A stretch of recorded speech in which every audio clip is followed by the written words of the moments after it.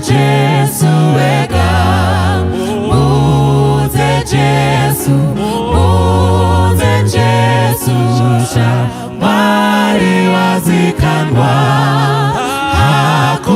hakuchina umwe wakadaro, muze Jesu wega, masozi ari kudona here, muze Jesu, muze Jesu, nezvitema zvaigwa here, muze Jesu wega, muze Jesu, muze Jesu shamwari wazikanwa, hakuchina umwe wakadaro, muze Jesu wega, muri kutya dambudzoro here, muze Jesu, muze Jesu, iye uchakubatsira iwe, muze Jesu wega, muze Jesu, muze Jesu shamwari wazikanwa, hakuchina umwe wakadaro, muze Jesu wega, watyarufu runouya here, muze Jesu, muze Jesu, nodisa umambo wa Jesu, muze Jesu wega, muze Jesu, muze Jesu shamwari wazikanwa, hakuchina umwe wakadaro, muze Jesu wega, muze Jesu, muze Jesu shamwari wazikanwa, hakuchina umwe wakadaro, muze Jesu wega, muze Jesu, muze Jesu shamwari wazikanwa,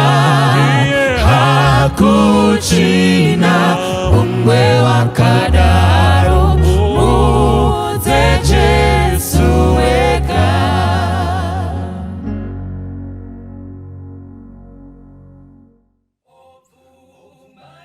Ndifambe nemise zvakaita ino, amuba ruoko rwangu nditaure ranenemi kana nzira otenzi ndifambe nemi. Hamufambiki irima, hamufambiki. Vakambozama kumufamba vati dutu harisi kuita. Muimba ari kuti panapa, ko Inoki makafamba naye wani, mukaenda naye nanhasi hatimuoni. Mai Methusela vakasara vachisvaka murume aenda. Tenzi, bvumaiwo, bvumai baba, ndifambewo nemi.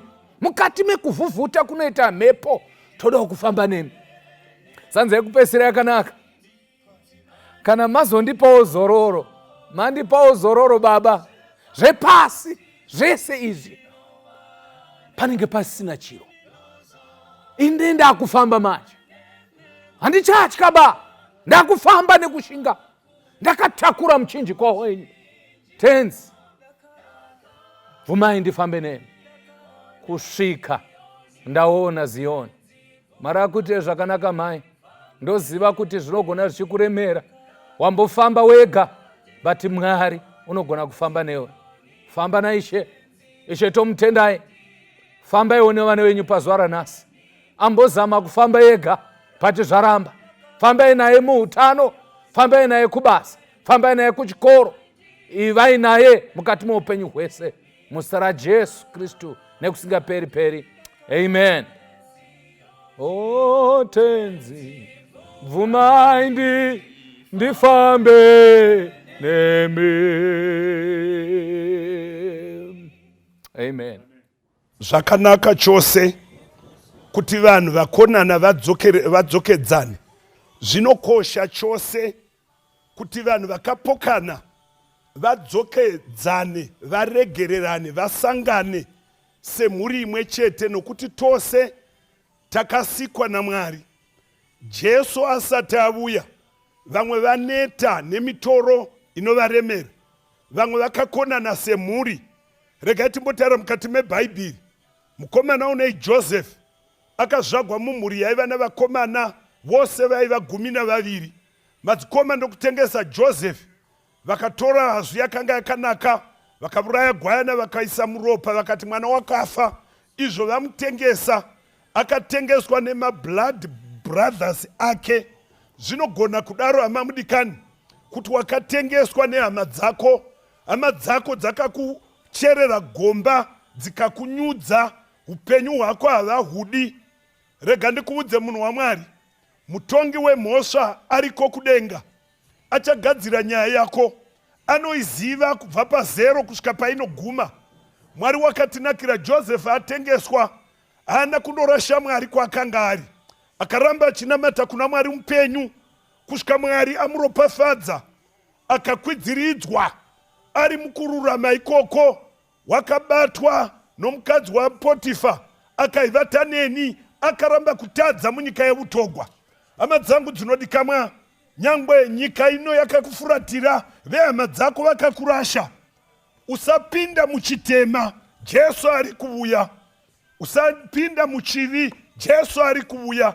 Joseph aripo, ada kubatwa nomukadzi wamambo, akaramba chitema kusvika aridzigwa mere kuti wanga achida kundirepa, akakandwa mujere kwemakore 2. Baba vakachema mwana vachiti wakafa. Mupenyu hwako zvimwe hama dzakakufuratira dziti wakafa, zvimwe zvakakuwira, hama dzako hadzina basa nazvo, unoita sewakazvagwa uga hama dziripo. Asi ndoda kutenda Mwari wakaramba naJoseph kusvika mambo arota hope dzikaududzikwa naJoseph, akava second kuna Faro, akabata maki eGipita. Mwari ndokutuma zhara kusvika Joseph ava iye wakanga achikondwa eGipita yose, zhara ikavapo kusvika kuKenani. Baba Jacob kutuma vakomana, ndai munotenga zviyo, vachinotenga. Joseph wakaziva madzikoma ake, akandova vabuya, avaziva madzikoma ake, anovabvunza mabvepi, ukati abva kuKenani tavya kotenga zviyo, ukai muri vashori imwi, ukai tiri vano munhu mumwe chete takatendeka, kukanzi asi umwe haachipo. Joseph achiti umwe haachipo wakagwadziwa, shoko rinotiro vakabuya vakavadzosera mari, akadzosera mari wakavaregerera, akachema zvikuru kuona vakoma vasingatendebuki. Toda kuverenga chapter 45, rega tiuruke. Chapter 45 avaziva, wakachema zvikuru, vakomana vachiramba vachidzoka, vachiwisa urombo. Joseph agara. Verenga munhu waMwari. Verse ya 1. Verse 1. Zvino Josefa haana kugona kuzvidzora pamberi pavose vakanga vamire naye. Yeah. Akadana achiti, Yeah. budisai vanhu vose vari pano neni. Yeah. Zvino kwakanga kusino munhu wakamira naye Josefa achizvidzivisa kuvana vababa vake. Akachema kwazvo. VaIjipita neveimba yaFarao vakazvinzwavo. Verse 4.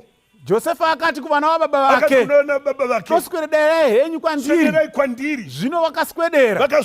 Iye akati, ndini Josefa mwana wababa wenyu wamakatengeswa ndikaisa Ijipita. Zvino musazvidya moyo kana kuzvitsamwira zvamakanditengesera kuno, nokuti Mwari wakanditumira pamberi penyu kuti ndichengete upenyu. Mwari ngaavongwe naJoseph. Waiva nomwoyo wokuregerera.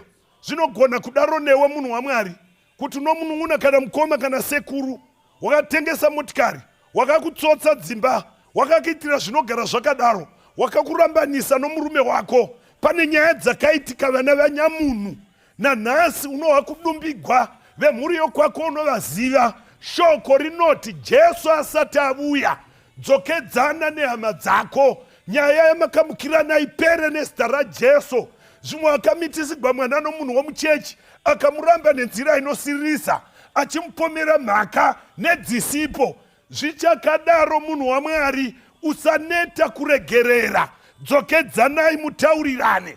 Joseph unoti akatarira madzikoma ake, unomba maronga vachidya chikafu, achivabvunza, ko baba venyu kukai muranda wenyu, baba vedu nesu varanda venyu tiri pano takatendeka. Joseph wakatarira akavona kuti vakomana havatendeuka. Sei vasingatendeuki? Ndoda kuudza Satani une nharo. Nyangwa uri right wakatadzigwa, Satani haatendeuki. Kana uri right vakakupomera, wadi kuregerera. Sezvakaita Joseph, udzoke kuna Mwari, wamanda isati yarira, Mwari akugamuchire. Jesu Kristu pachake akati achirovegwa unoti varegererei, nokuti havanasa vanoziva. Nyangwe Mwari pachavo vanoti kuna Isaiah 1:18, chiuya zvinotaurirani, nyangwe chivi chatsuka somucheka, ndichachichenura samakusha akanaka. Vakakomboregwa vano moyo unogona kuregerera, vari pano vanoda kuita kururama. Ndoda kunamata newe munhu waMwari unoti ndogwadzwa moyo, ndakaisiwa zimbe rinopisa, nanhasi moyo wangu unogwadza.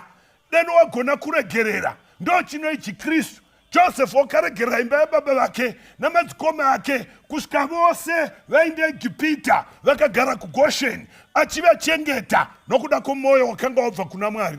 Ndoda kunamata newe munhu waMwari, ndoziva kuti zviri pauri nezvakakuremera zvinorema, asi vano moyo wokuregerera. Baba vedu vari kudenga, ndoda kutendai kuti tigadzire kumuona tenzi muri pedo kuuya, munoti vakakomborerwa vakachena pamoyo nokuti vachavona Mwari. Toda kugadzira kuonai mambo muri kuuya. Tatenda kuti muchatigadzirira mhosva dzedu nokuti pamoyo wokuregerera muzita raJesu rogara nokusingaperi. Amen.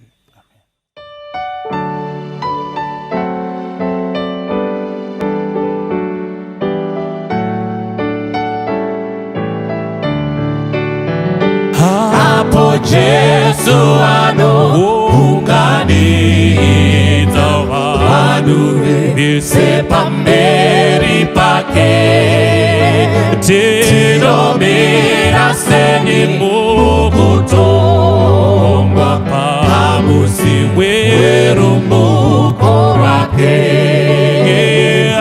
Achaunganidza vafunde, asi andopisa uneho. Yesu tinomira senyi murutombo rwemusi mukuru uyo. Tinonzwa hereza Jesu, muranda wakanaka iwe. Tinodedera nekutya, tinomiswa pahope yake. Achaunganidza vafunde, asi andopisa uneho. Tinomira senyi murutombo rwemusi mukuru uyo. Ndizonga ngateretere nemwenje iri kupenya zvakanaka, wona kuti apapo pauya tagadzirira kundopinda. Achaunganidza vafunde, asi andopisa uneho. Tinomira senyi murutombo rwemusi mukuru uyo. Moyo yedu iri kunangisa, apo Jesu ari kudenga. Tinomumirira nekuti tiwadakara rwendo rwapera. Iye acha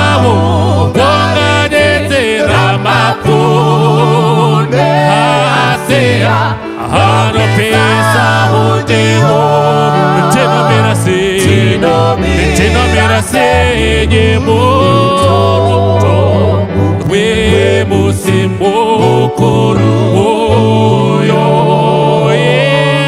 achao wangadetera mapunde ase adopesa wone wote nomira senye moto we musimukuru oyo.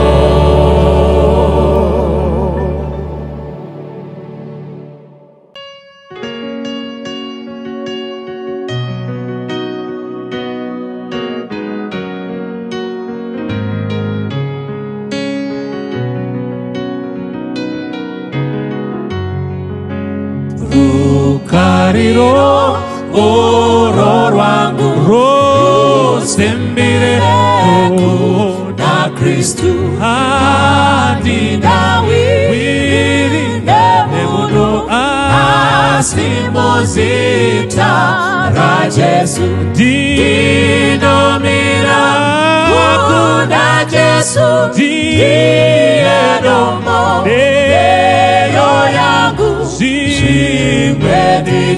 Dichanyura zangu kuti awi kwa gerima titi zake no karira mepa uro yesima okora kendo bata dinomira kuna Jesu Dienombo eyo yangu Shimwe dichanyura zangu Sifungo sikwinile Kulabo abatebile Nangamina Kitangele Uchesu giza Tebile Uchesu Kristo itwala Kokunye Kuzodula Kokunye Kuzodula Kukala Itilongo Kuyena Kikupugele Kikogise Kobungwele Eskodeni Yovela Uchesu Kristo itwala Kokunye Kuzodula Kokunye Kuzodula Uchesu Kristo itwala Kokunye Kuzodula Kokunye Kuzodula Kokunye Kuzodula Kokunye Kuzodula Kokunye Kuzodula Apo basara pera Tino yenda kumusha Uko kufa kuno feka kusafa Dichamzi wampolesi apo achazoya Iye anondigashira kumusha Dichamziwa Dichamziwa Apo Jesus mirandaya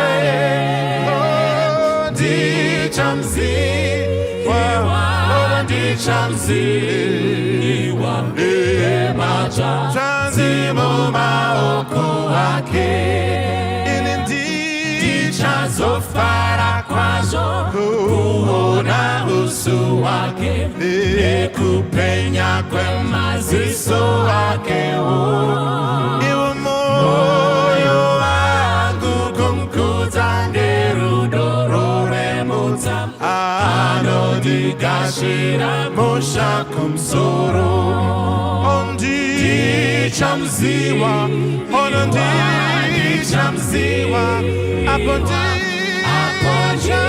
chazomira nae Ondi chamziwa Ondi chamziwa Chanzemo maoko wake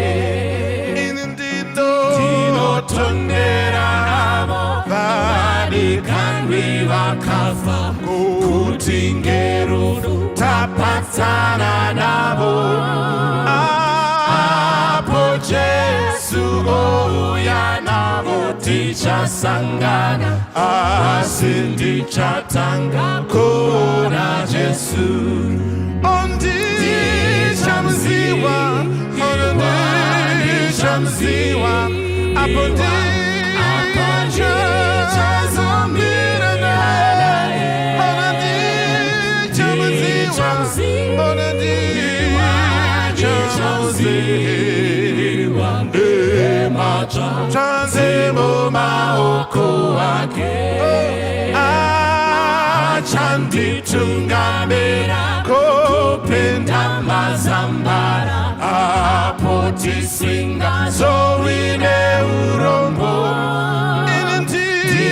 Tichaimba neveseri orore kufara Asindi chatanga kuona Jesu Ondi chamziwa Onandi chamziwa Apondi chazamira nae Ondi chamziwa Onandi chamziwa Nemacha chanzemo maoko wake Onandi chamziwa Iendi chamziwa Apondi